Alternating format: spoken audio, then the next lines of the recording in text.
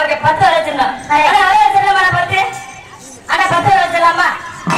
10 வச்சு ஊர்ல யாருக்கு செல்ஃப் எடுக்கல நீ செல்ஃப் எடுக்கலாமா?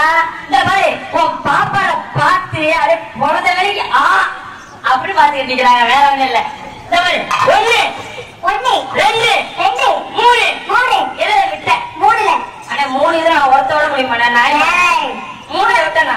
3 நம்பர்ல விட்டடா. அப்படி தெளிவா சொல்றேன். இந்த மாதிரி 4 5 5